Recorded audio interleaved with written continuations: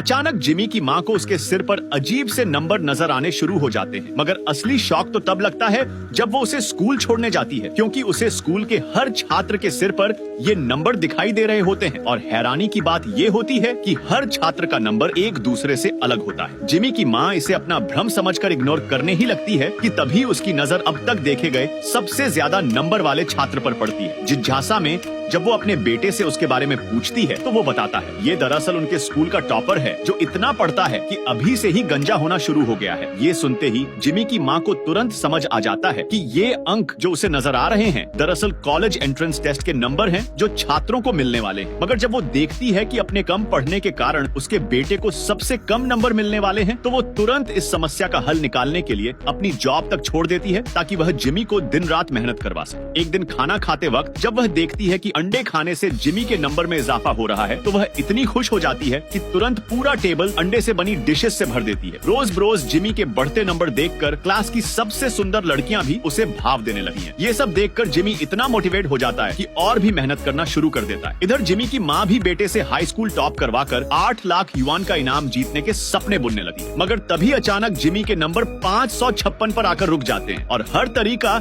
आजमाने के बाद भी इनमें कोई इजाफा नहीं होता। ये देखकर जिमी की मम्मी बहुत परेशान होती है और तभी नोटिस करती है कि गिटार बजाने पर जिमी के नंबर और कम होते जा रहे हैं, तो वह नंबर के लिए उसका गिटार तोड़ने का ठान लेती है। ऐसा करने से जिमी के नंबर तो बढ़ना चालू हो जाते हैं, मगर अपना प्यारा गिटार खोने के बाद वह अब खोया खोया सा रहने लगता है और अब वह माँ के कहे बिना खुद ही अपने बाल छोटे कर देता है। उसमें इतना बदलाव देखकर माँ को उसकी चिंता होने लगती है और उसे अपनी गलती का एहसास भी होने लगता है। ये देखकर वह सब ठीक करने के लिए जिमी को उसके फेवरेट रेस्टोरेंट में लाती है और उसे गिटार वापस दिलाने की कोशिश करती है, मगर जिमी जो अब पूरी तरह बदल चुका होता है तुरंत गिटार को फेंक देता है और अपनी माँ के कहे अल्फाज दोहराता है, ये चीजें सिर्फ मेरी सफलता की राह में रुकावटें हैं, और गुस्से में फिर से पढ़ने चला जाता है। उसकी माँ को अब बहुत पछतावा हो रहा होता है, लेकिन अब बहुत देर हो चुकी होती है क्योंकि उसका बेटा अब सिर्फ एक किताबी कीड़ा बनकर रह चुका होता है जिसे पढ़ाई के सिवा हर चीज टाइम वेस्ट लगती है। वह यही बात दूसरे छात्रों को भी समझा रहा होता है कि तभी उसे अपने गिटार की फेवरेट धुन सुनाई देती है और जब वह पीछा करते हुए ऑडिटोरियम में पहुंचता है तो देखकर पूरी तरह स्तब्ध रह जाता है क्योंकि उसकी बैंड वाले सेम उसी गिटार से वह धुन बजा रहे थे। ये देखकर जिमी बहुत इमोशनल हो जाता है, लेकिन फिर भी माँ से पूछता है कि अगर मैं वहाँ जाऊंगा तो मेरे नंबर तो कम नहीं होंगे ना। उसकी माँ अपने बेटे की खुशी देखकर नंबर की फिक्र किए बिना